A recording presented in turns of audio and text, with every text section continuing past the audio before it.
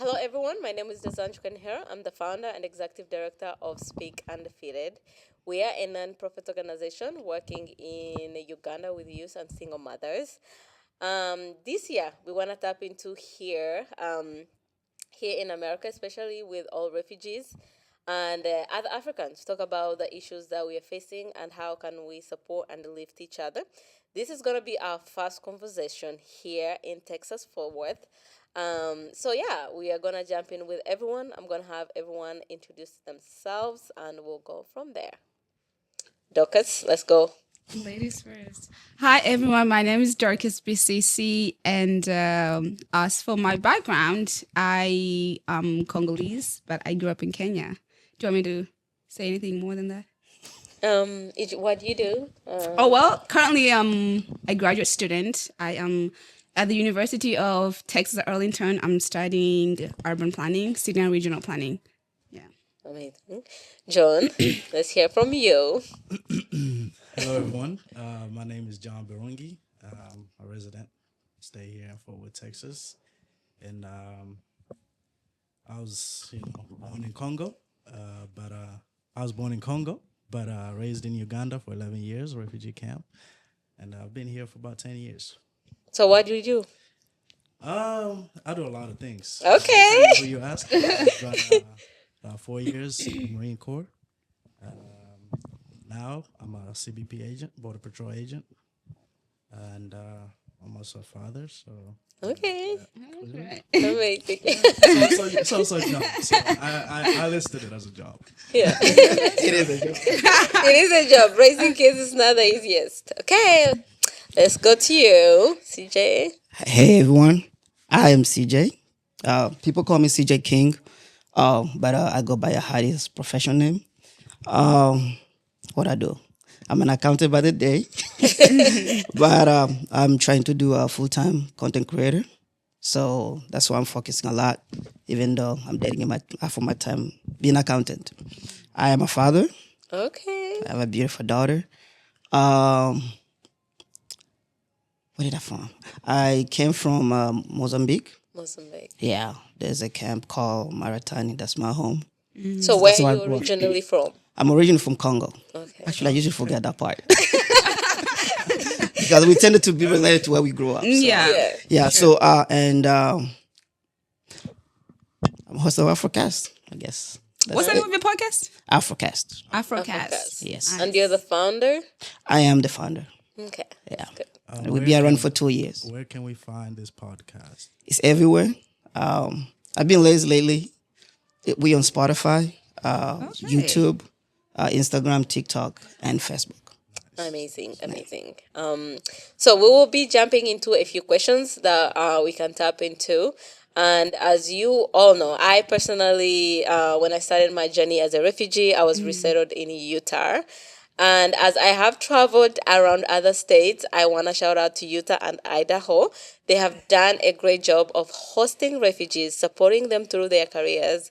And I would not be where I am today without the mentorship from an ally on as a refugee. And I'm trying to see if we can give that to other states and how we can come together and support each other.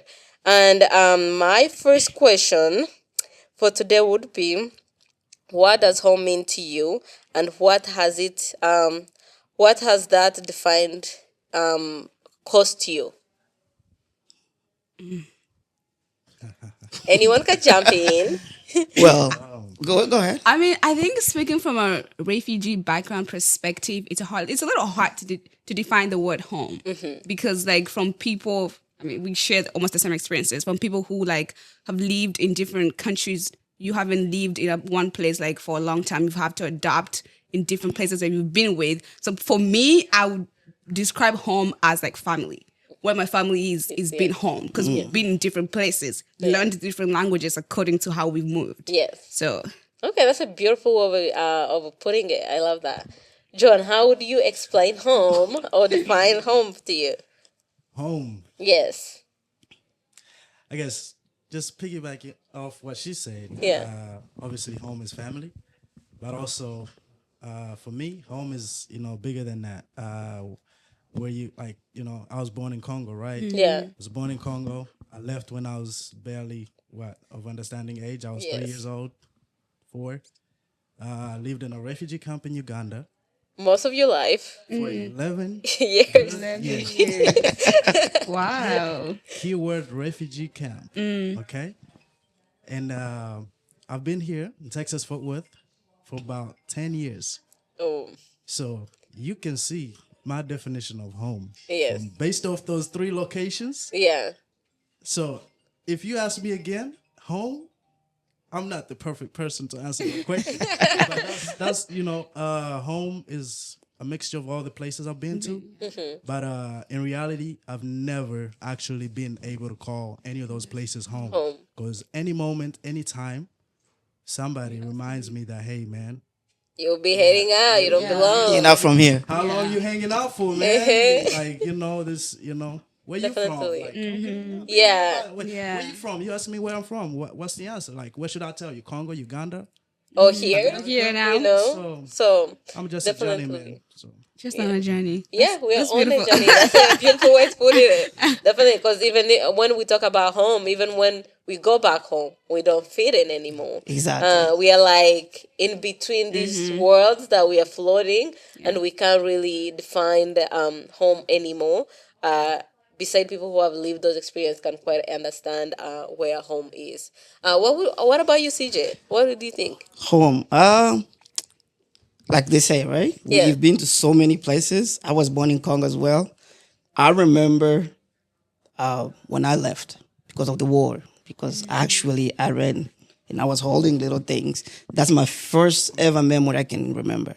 Yeah. Then we went to Tanzania, they went to Mozambique, and every single place I've been, I'm always a migrant. So I've never been able to relate when they say, this is my home. My home for me is where my family is at. Yeah. I have three siblings and my mom.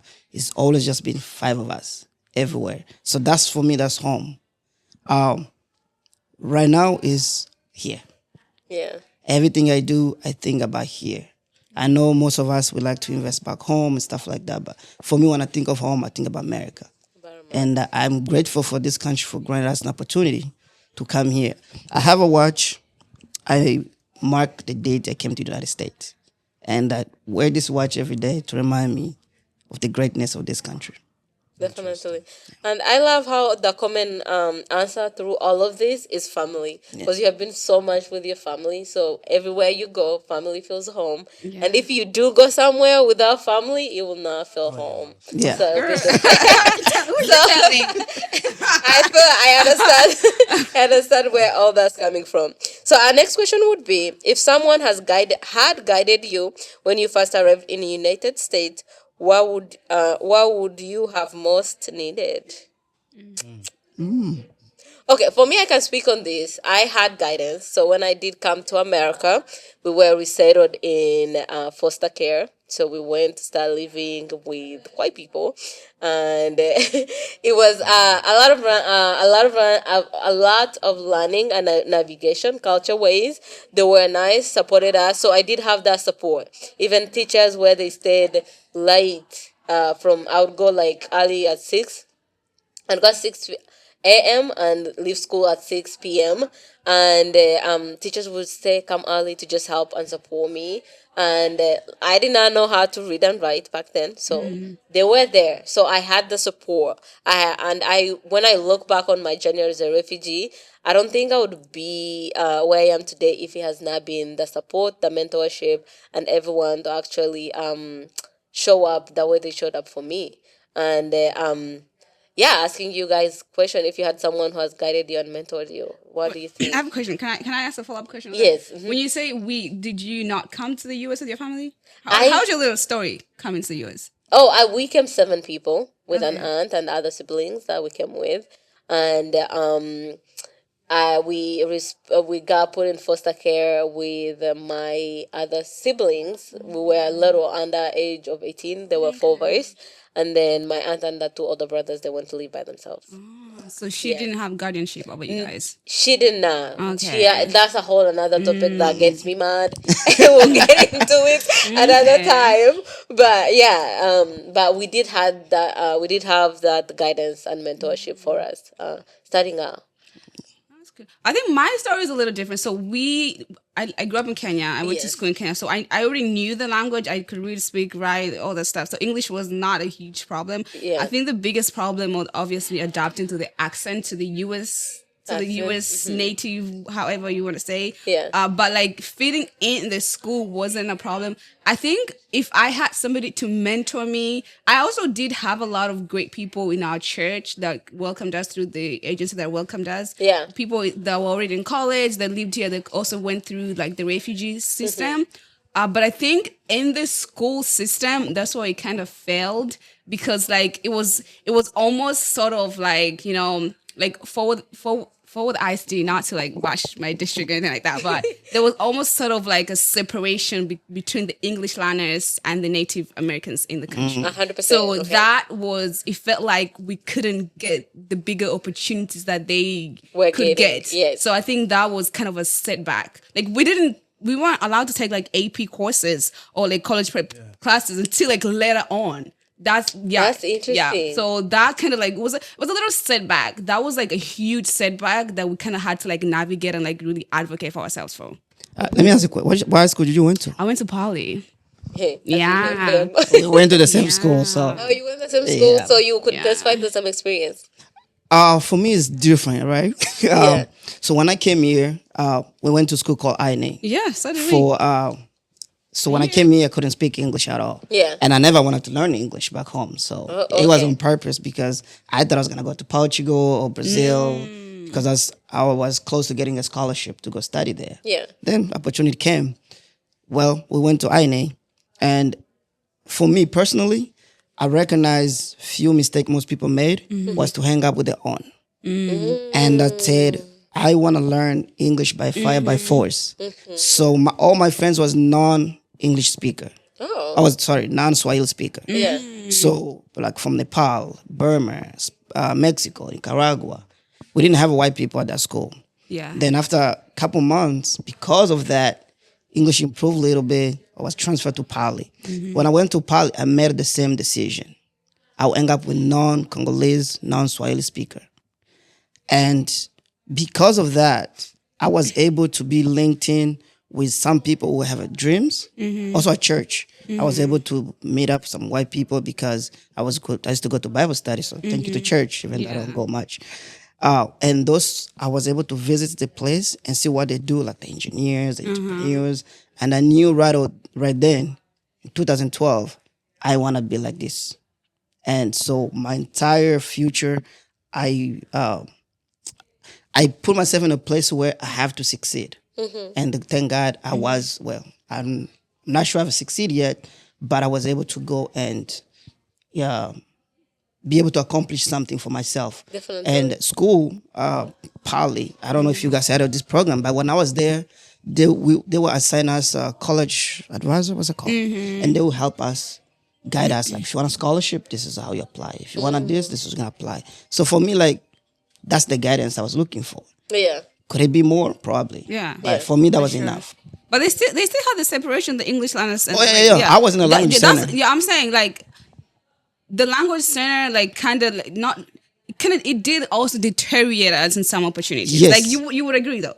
I would, but also they knew personally, based on my experience was they knew we as immigrants wanted more to succeed more in America than Americans. So they will because most of my friends were from Burma, Nepal, and those people, they're very smart because they'll come back as a teacher, get here, lower the age, and get back to school and make all A's. Yeah. So I start hanging out with those people. And so the school will give them opportunity.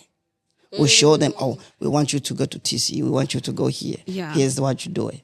And you're there with them, And so, it's not like they're handing you opportunity on your hand, but you have to force yourself. Yeah, like if they see potential in you, they would invest in you. They would invest They in you. definitely You have to would. show For potential. Like I got sent to like camps, I got sent to different programs, but like you had to have the potential. What I'm saying, and just make sure it's content, what I'm saying is like the opportunity to just be together. I think the separation from, because I'm English learner, you have to be in the back. That's what I'm saying. Like that kind of like, it felt that, that what we're talking about home, it felt like, Separated. don't belong. You don't Oh belong. yeah. We had that feeling because our building was outside. Yeah.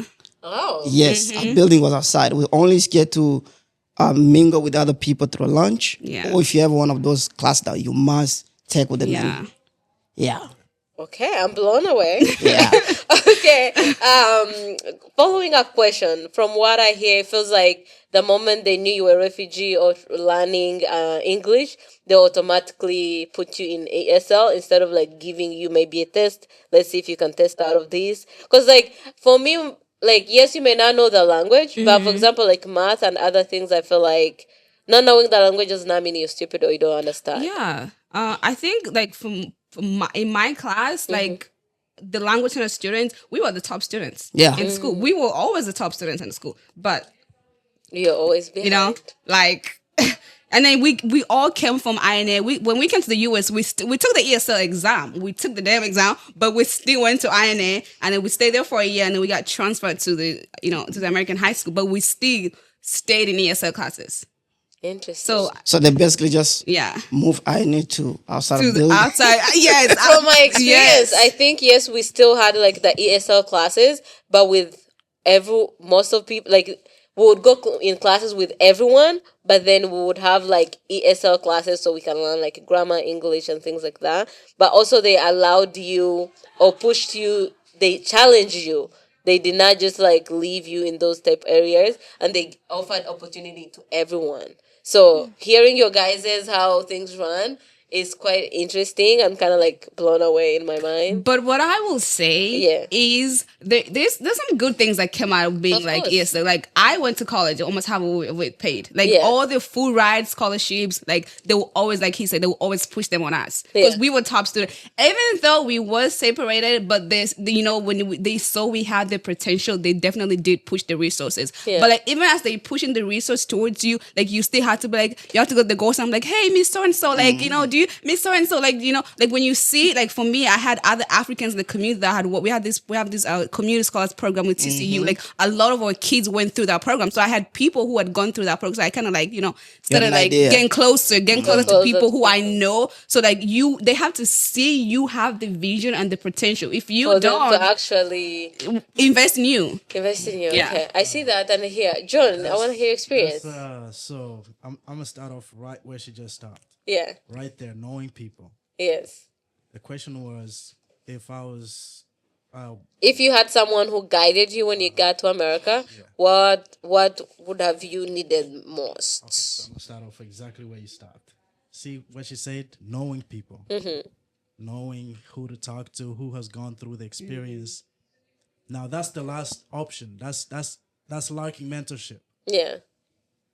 Where you have to chase people that have gone through the thing, is because you don't have mentorship. You Yes. don't have nobody that's there to To guide guide. you, to say, hey, look, graduation is coming up in 12 months. What's the plan?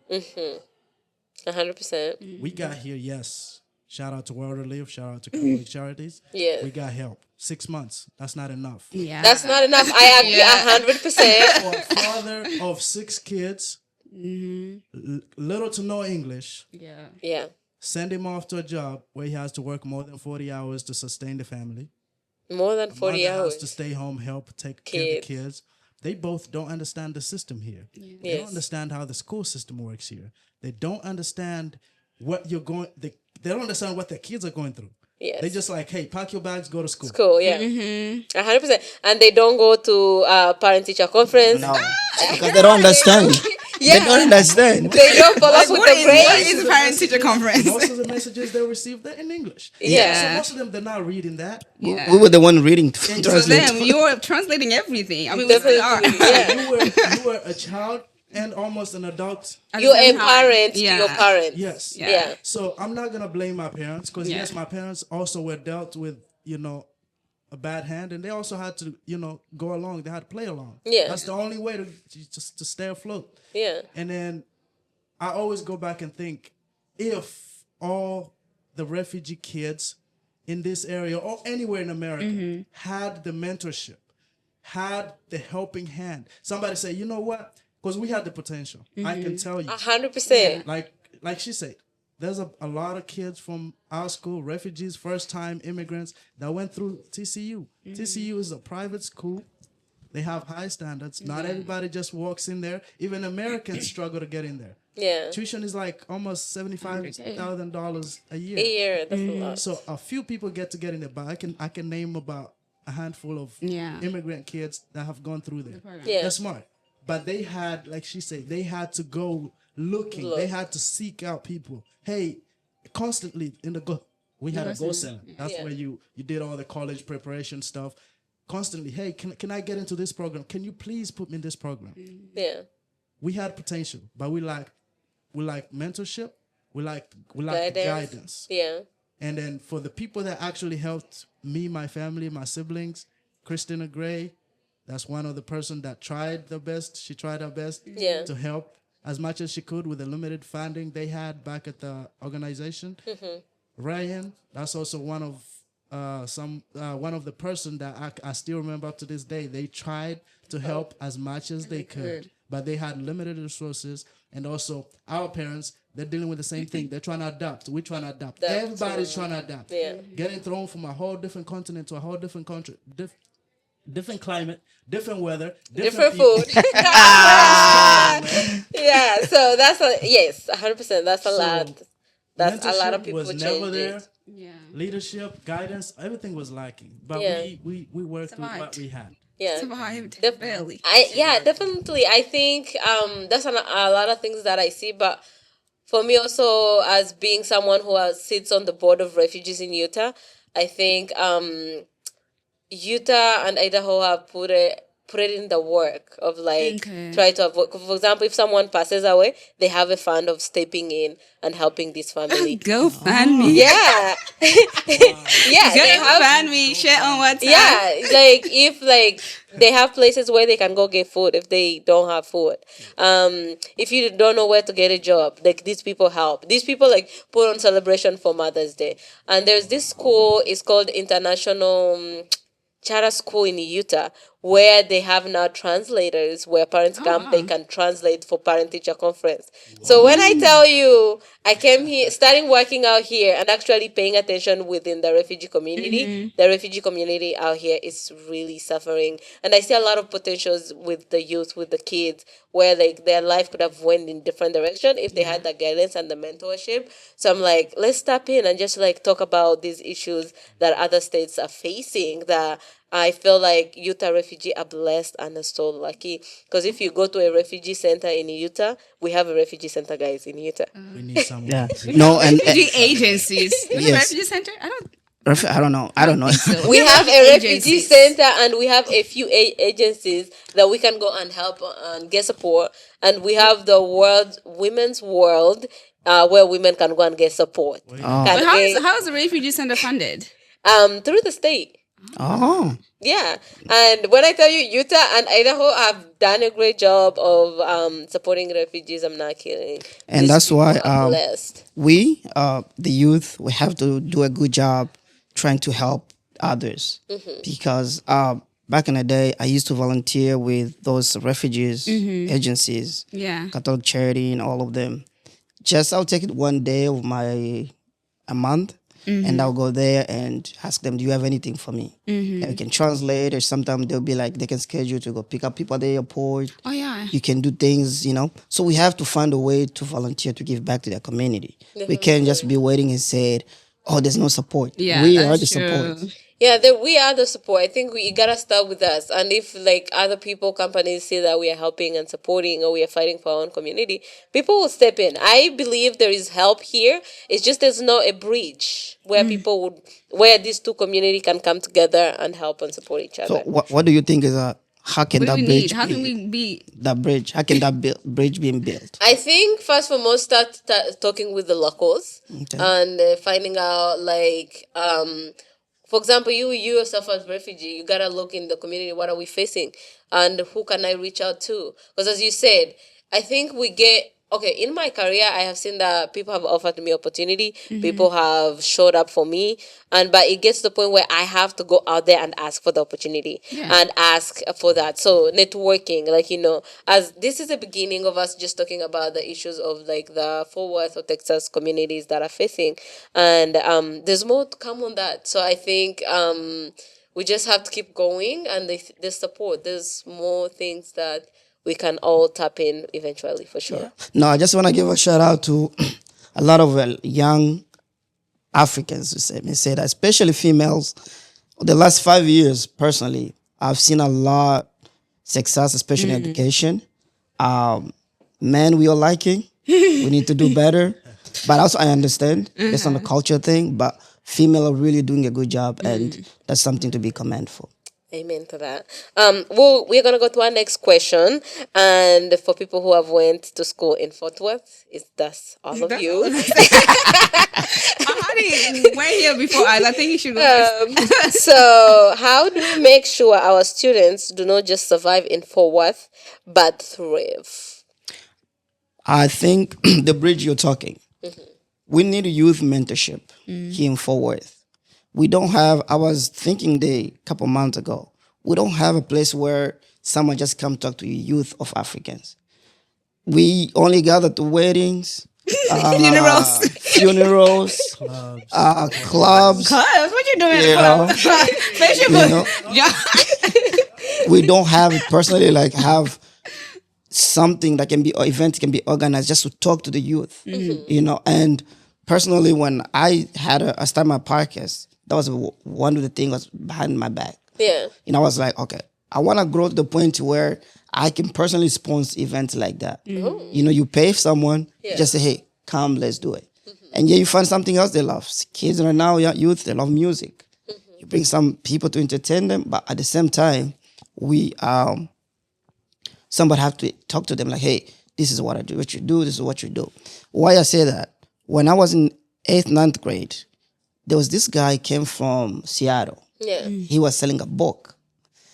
He's like, I'm a preacher, but he didn't look like a preacher. Where we're from, preacher has to be clean and stuff. Yeah. But he had a dread, and that's the first book I ever bought in my life. Oh. And I bought that book, and it was so nice.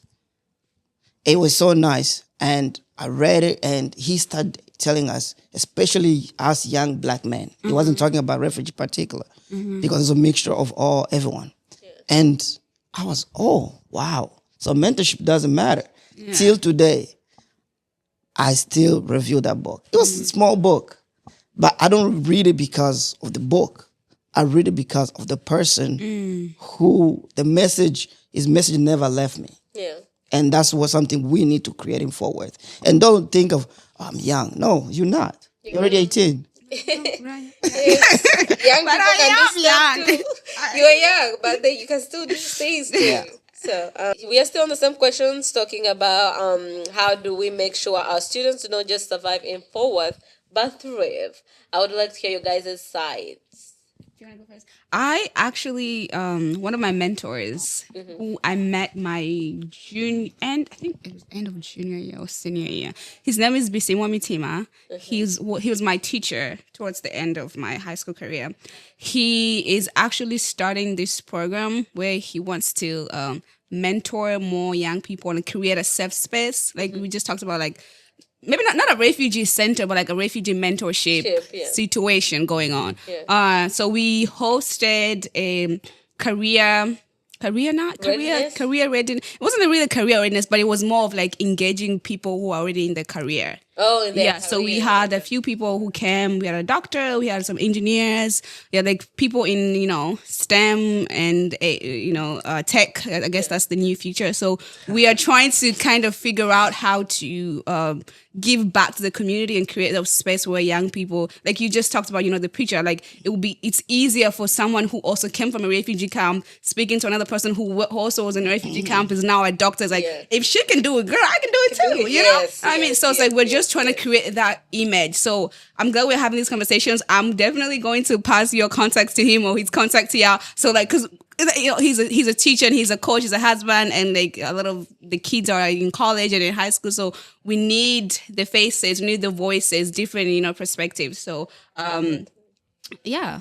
Okay. And that's one thing you were saying. We were talking behind the camera about the Congolese, and this is not about Congolese per se. It's because we don't have some loud voice, Yeah. so we need those. Yeah. Yeah. So yeah, John, what's your experience? Why do you think they need thrive in forward? Like I said, we have the potential. We had the potential, and then most of us never reach the potential. Mentorship, one Mentorship. word, mentorship, guidance. Yeah. Two. I agree. I cannot agree more. Even like right now with our programs in Uganda, with all our youth we are working with, we are doing our best to make sure they get mentorship. Even if you're a father, where you can do like a WhatsApp FaceTime or call with them, where you keep in touch with them and you mentor them that way. So for me, mentorship has been a big part of my life and my career and my journey. So I would want other to get that opportunity, and because it opens a lot of doors that we never really expect and see. And I feel like sometimes people look at mentorship in like in a wrong way, because like when you talk about mentorship, a lot of people think about just going to grab coffee and just talk about life and updates. It's not. That's not like That's what mentorship. It's like I want somebody who is in a career that I see myself in, or somehow within the length that I see he or she could help me get to that door. 100%. And so when I talk mentorship, I have had a lot of different mentorship in my life, and they all played in the different parts of my life. So you can't only have one mentorship. You could have a lot of different mentorships in different parts of your life. So for me, like for example, like if I need something or help, I would reach out to my mentor and be like, hey, I need help with this. What direction? Can you guide me in the right direction? Or they introduce me to someone who they know already have that going on, and they push me forward with them. I meet up with them, or later on it's just okay, let's catch up. Like, tell me about your dreams. What do you want to do? How can I help push you forward? Like, what are you planning for this year? Like, so things like that. For example, like, okay, right now you're in a junior, next year you will be gonna go be a senior. Like, what's the preparation for that? So things like that. It's just to help you think ahead, also help and support where they can. So go ahead. Do you think it's a little personal question?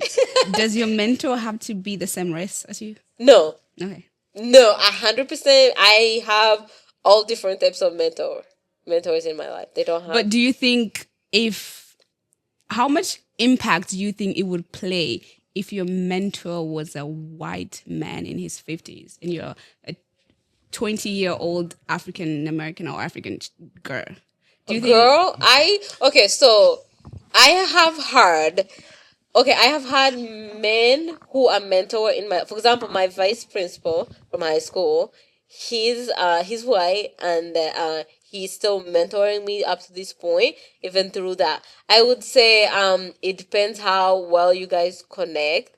I would say I try to get a woman and a girl to mentorship kind of thing. Also, you could have a different point of view. You could have a white mentor and have a black mentor or a refugee mentor, because at the end of the day, you don't know what these people are bringing in your life and also what doors they're opening. So that's why I'm saying it does not have to be one specifically mentor. They can be multiple people in your life, because everyone will come in with a different point of view, and each person will understand you on a different level. Yeah. What do you guys think? I agree. But also going back to the same topic, kind of the same segment.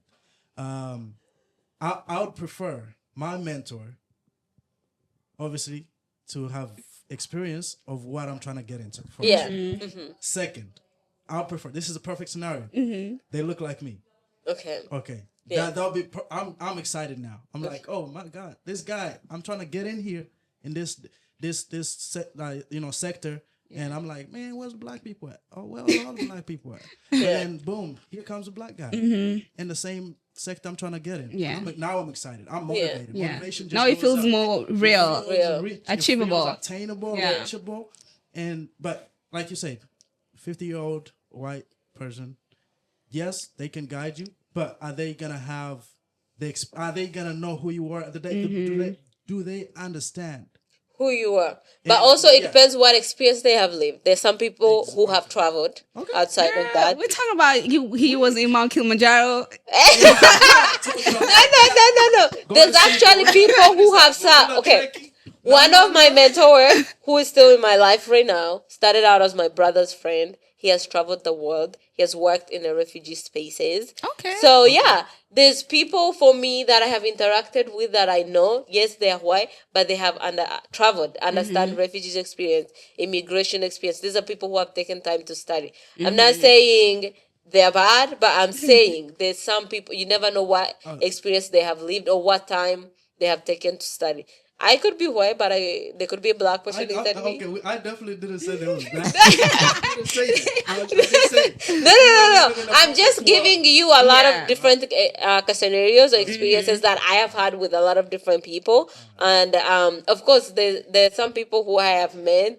They don't know their refugee experiences, but they have Yes. still opened doors and Yeah. they have been like, I want to support and help you. But these are some mentors will be like, these are the areas I can support you, and these are the areas I cannot can't, support you. yeah. I'm not educated about it. I have not lived the experience, but here. And some people are like, I'm willing to walk the journey and learn with you and support with you. Like, how can you teach me this or can I learn this? But mentorship could be both ways. Because That's when true, you yeah. look at our program as these sponsor kids in our program, these sponsors are learning from these kids. They may be kids, but you're still learning a lot. And kids are teaching these mentors. So it's both ways. It's just about being open-minded about certain things and just Yeah. listen. What can I take from here and what can I learn? So it's embracing because like all the people have come, mentored me, have not been through a refugee experience, but they have been able to learn and understand, and they have taken their own time to learn about refugees, immigrations, to step in and help and support more. Okay. So it's both beneficial. yeah. It's just how we look at it. You know what I think? The best upcoming mentors are sitting in this room right now. Amen. No, that's actually Yeah, I was gonna ask you guys after the podcast if you would like to mentor people. This So, is We, this is what are perfect. you doing? We mentor. Yeah. she mentored me. See, let me say this. I didn't know this guy, CJ. I didn't know you. I know you. But we never had this conversation. Yeah. I know we went to School together. neighboring We grew up together. siblings, all that, Neighbors. neighbors. But me and her, we've never sat And had a conversation. A conversation about the problems we're facing. Oh, like our bringing that affected us. Yes, things that affected us when we were going through school, parents, all that stuff. We never talked about that. Yeah. But we know deep down we know those issues. Yeah. And also one thing I would say, as we're sitting here, there's someone in the position you were in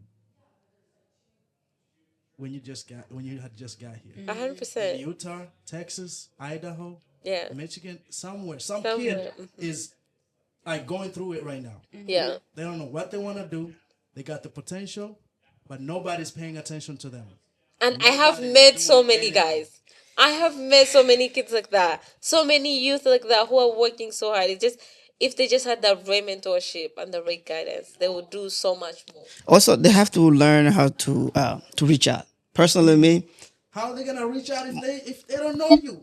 I just But how found you out that So He's always hiding. He hides all the time. watch. I don't hide. It's just some people reach out to me, right? Yeah. Most, and that's why I give a shout out to our females because I mentor a lot of. I'm not gonna say mentor, but when we're having a conversation, every time when I hear someone, oh, I'm going to school, I'm trying to study this. I'm like, okay, I don't know exactly your major because I did business, but I can tell you this: there's classes. There's a class you take for the summer. There's a class you take for spring break. You don't take this class during. You see, Yeah. and you get to save money. You get to graduate early. So those things. So I was able to help few females, especially men. That we don't usually ask questions a lot because once we reach a certain age, we think we're all men, you know, and we have this obligation as a man, especially African men, where we have to act strong, like we know everything. You mean somebody's dumb as rock? That is so real. But they don't. That is so real. But they don't ask a man. question, because they think asking Too much question pride. is Yeah, dumb. too much pride. Too much pride, I think, has killed our men in the community, especially African men. For me personally, my experience I've had, but also I feel like society has added on top of that. It even makes it worse. Yeah. Like especially our generation, man, is like God take the wheel. Oh my God, it's escaping. It's escaping. What was it? It just. Were you gonna talk around like men pride or like Yeah, society, okay, how it pushes them? So I was trying to say, right? You see how we're sitting, four people here. Yeah. We all in four completely different sectors. Yes. If you ask where she's in a whole different thing. Yeah. He's in a whole different thing. You're in a whole different thing. Yeah. But these kids, they only have one direction. Yeah. Their parents, be a doctor. Be a Yeah. lawyer, be a nurse. Yeah. They're like, Dad, can I do this? No. No. No. I feel like And- also it's an African thing where parents you just like they know these are the fields that people make money in, Yep. and they are now willing to be open minded to be like, okay, let me push them in a different direction. They just push them in those. Go ahead. Are we talking about passions or talking about surviving? Because I feel like times are different. Yes. You know? Definitely. Times are different. So for me, So explain. What do you mean? I personally I don't advise some of my youth to like do majors that you're passionate about. Like true. because we don't have the generational accessibility that a lot of other people have. Already have So you have to do the research or ask the questions and look within the next 5 years what industry am I going to have access to? Yeah. Like 100%. it's not the same anymore. Like everybody is fighting for the same bread. Yes. We 100%. But also you have to look into the new technology and AI and everything that's coming in. Yeah. Tech is something that may not really be there in a few years, I would say, with everything that's going on. Yeah. But also you gotta look at some industry for example in tech world, like they have laid off a lot of jobs in the last few years when you look at the stats for that. So I have met a lot of people who are in tech who are trying to figure out what's next or what they're doing. But they are still making money. I mean technology is evolving every day. I'd say that's old tech. So that's Yeah. new tech. New tech is married together with AI. Yeah. So if you're going to school for tech right now, if you want to be in that field, your tech has to be in love AI. with AI. Yeah, navigate that. We have to learn how That's to the only tech evolve. that's Yeah. going to be recognized going forward. Yeah. Not the old tech. Old tech used to be you get Computer in there, science, yeah, engineering. You get in there, you just using you like technically Yeah, actually handling things. And coding by what? Like ChatGPT can do the code. I know, it's doing all these things. And So it's quite interesting, as you say, passion, but at the same time, you gotta see what field I wanna go into.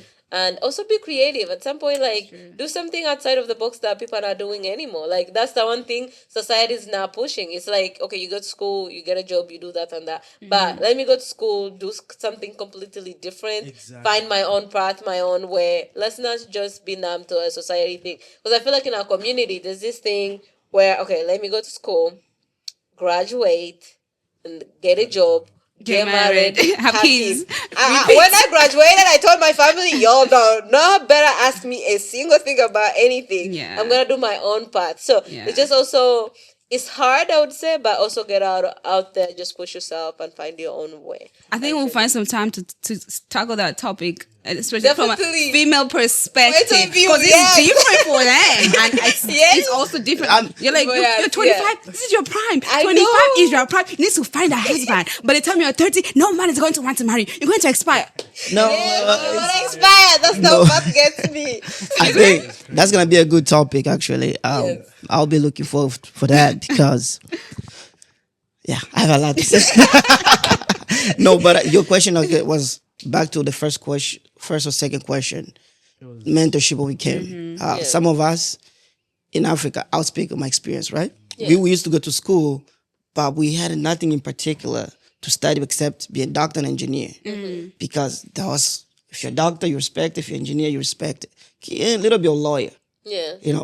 So when you get here, you're like, okay, there's a major, there's different majors, there's computer science. Yeah. Those are things we never thought about. Yeah. So is mentorship again, you have to be close to people that you admire based on what they're doing. Yeah. You know, and you are, like you said, you have to also be creative. And just because, like you say, don't do passion. I don't do passion. If it was No passion, time. I would have went for political science. Yeah. But I realized very quick I need money. And I recognized very early because I went to school back in 2015. Trump just, so in 2016, 2015, became president. just became a president. So I changed my mind. Wait, he can be a politician and there's a businessman. Yeah. I can go be a businessman. Yeah. And then I'll figure out this journey later. Yeah. So be creative and learn based on your surrounding. 100%. Our next question would be: we are almost done. We have 2 more to go. What are the barriers are invisible to the outside world but real in immigration/refugee families? Invisible to the outside world. Yes, a lot. I think there's I won't say, so we get help when we came here, right? We get, I know you say 6 months is not enough. That's a 6 months more than any native gets. But they already have a head start. What are you talking about? They don't have a head start, depending on which use that angle you're 6 looking months, for. yeah. When you talk about native, are you, Agencies actually do 3 months. Yeah, they have No. been cutting it down. 3 months to 90 days, I think. 90 days. I mean, it change over time. When He I, said, let's not get lost here. He said that 6 months is better than what the no, I say it's more, Wait, not better. what do you Six mean? 6 months is Let's more. interest. You cross a whole sea. When you No. say What I'm saying is natives, this. what do you mean by natives? Natives, I'm talking about just regular people who are born here. do you need that? And I know most of the time when we think about people who are born here, we think about the white. Actually, no. You know, Like, but all of we, them. All of them We will go- not be fit in the same category. I grew up in the really, really black community, right? Okay. I used to believe I'm one of those product of Section 8, Okay. right? I know my surrounding. The kids, the observation, they didn't have any guidance, right? I had You grew up over somebody. there around stop 6? What is that? Oh. I mean, I know it's near where I grew up, but No, that's what you meant. You just hasn't caught it. Yeah, you, Okay. no, I grew up by it's the by- Yeah. is that Riverside yeah, Yeah. and Ladera? Yeah. So together. you know, so that was my surrounding, right? Yeah. And yes, I did not socialize with those kids. But once in a while, because we go to some school, you get to see like, how come I know more than they know? But because in those 6 months, those casework, it depends on social work as well. I was lucky to get one who was in school. She was taking class at TCC. Okay. But for some reason, she was doing something. But she was able to show me some stuff. She would take me to the baseball game to show me the way American works. She would say, hey, if you want to go to school, this is the way. She would take me to tour university. I was just 6 months in America. So for me personally, I would say that was more than most kids. That I know. Yeah, Natives. so I do understand where he's coming from. He got the exposure other kids did not have. But they have Outside- programs. You know, there's Outward Bound. Those programs are Up and bound, what is yeah, that? it's a college preparatory program that helps students like expose them. Like they do college field trips, they do college applications, like, and it's open to all the students. Okay, is that also high schools? Yeah, it's in high school. see- Yeah, and you it's see- transferable to college too. They So have you them in see, college. you see that the difference. I didn't know that. You know? But I'm saying, like, I was part of that program. We- even I was we as were an immigrant. representing The people. Because I remember you went, outsiders. yeah, on a trip in And then California. where we got Yeah. disconnected. Yes. It's where he said that the natives, we get the 6 6 months is more months. than what the natives get. You might have a point, But and that It's point different is too worlds. is not going with what is not. It just does not sit with what we were saying. Because we outsiders, right? Yeah. Okay, you get like how many miles away? How far is Africa? it's so far. It's like we have about like 2 oceans to get You're here. not gonna get there by a boat. You're not gonna get there driving. You have to fly. It's not like I come here, I dislike it, 14 and I'm like, hours okay, flight, take me 14 back. to I'm gonna 16 take the hours bus flight. ride. Sometimes 20. Yeah, 20. We It's 6 months is entirely, and we cannot even start to compare the natives. If they have their own challenges. Like neighborhoods, Of course. like you said, stuff. Yeah, I think of course There's they challenges. have their own challenges. Funding, it's a bigger problem, but we cannot compare the natives and Okay, guys, let's hold outsiders, up. immigrants that are coming.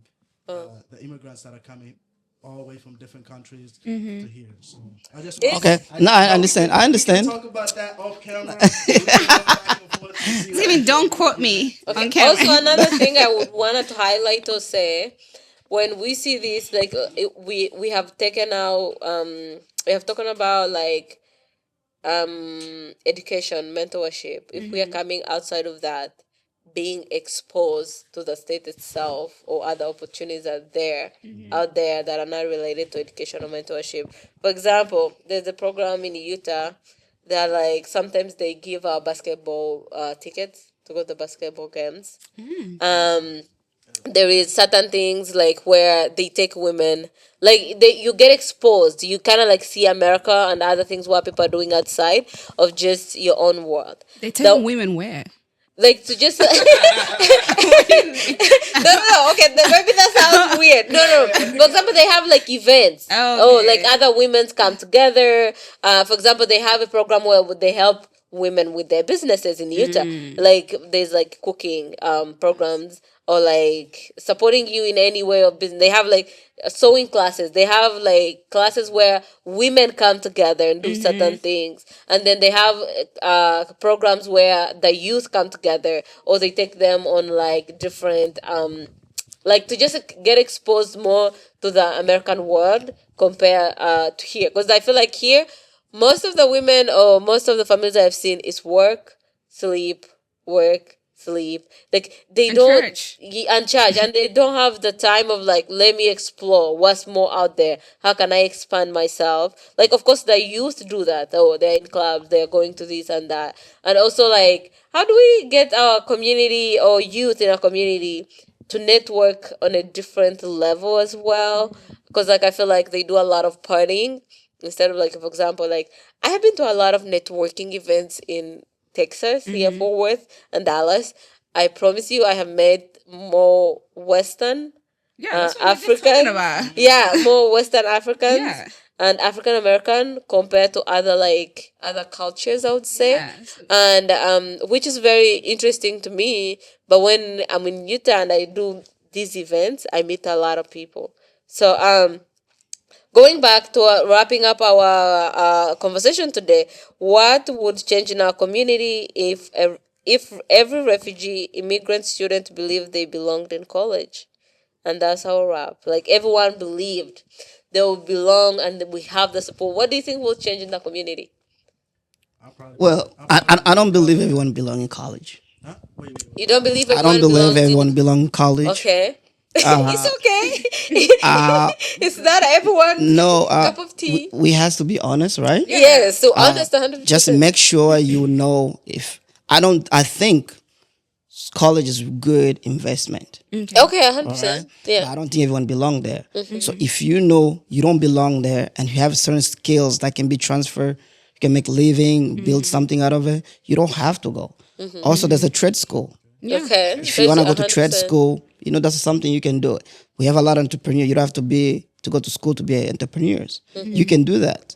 But if you don't know what you want to do, go to school. Those 4 years there, especially, I'm not a big fan of people who leave off campus, like leave at home and go to school. I'm a big fan of you go stay on campus because there's a way of growth that comes from living on campus based on the interaction. When I was in school, I was able to meet like a prince.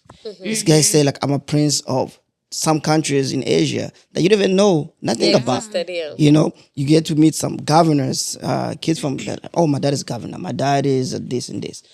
Those kids are rich, but there you get to see like they're just regular people like us. So I believe go on campus, mingle with other people, Yes.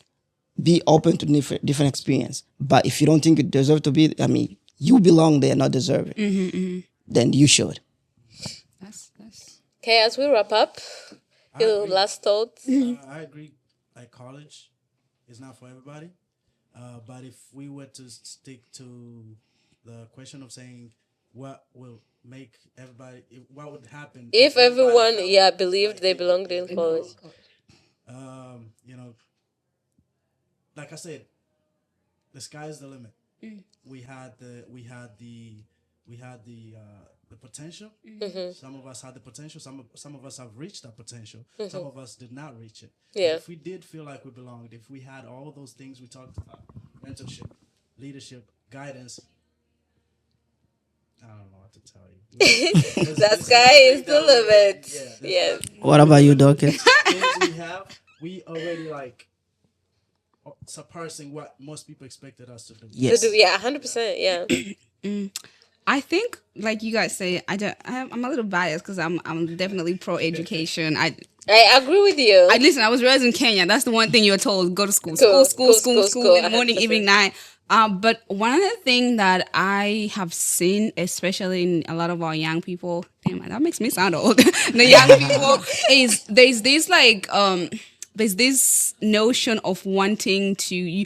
So yes, we do go to college and we get exposed to different things. We learn and we mature, but there's also a sense of resentment that comes from our community. Like people are like, oh, now because you went to college, you think Oh, you're you this know and this. everything. Now because you went to Yes. college, you think you're this and this. Like there's this resentment that is Yes. like I think I agree plaguing with our you. young people because the community has this perspective because we went. And it's like College, like we are better, we're than, better them. than them, but that's never what- the case. That's not. Yeah, It's but they never Well, the motivate case. us to I'm go by on there. this one. I take a pride on going to school. Yeah, I Yes. take pride I in tell going to people, school, too. I went to school with $100 in my pocket. Girl, My mom asking me, how you gonna graduate? was How, broke how up you gonna there. pay for school? I said, I don't know. But best believe I'll come with that paper here. Yes. So I take a pride in that because yes, we have that stigma where what's so me? Yes. You know? But again, it's different for men and females again. For men, it's like a little status, Yeah, you know. but even like it's like some even I know we all went through this whole what LSCC when No, we're I trying, didn't go in, but- no went to, but like when we're trying to kind of advise them like maybe look Exactly. into this a little bit more, The like skin. have a little do a little background check on this thing. They're like, Yeah. oh, you mueva so me because you went to school. Exactly, exactly. Oh they kept my saying God. that you're gonna die poor because you Because know you don't want to educated people are so. listen, you think you're too educated. And that's why when it went down, I didn't enjoy it. Yeah. Everybody that did not listen. Yep. They send us to school, and then when we bring back the knowledge to the community, They resent wanna us. point fingers and be like, "Oh my God, you're not so better than me." But why did you send me to school then? Yeah, I think that's my I take. definitely I do agree with you guys. But this is a conversation as we continue to explore more and talk more about the issues and hearing from our young people as well. So I want to take this moment to thank each and every one of you for taking the time today to come out and to be able to talk about this and starting this journey here, and hopefully we can help and support more people as we go along the journey.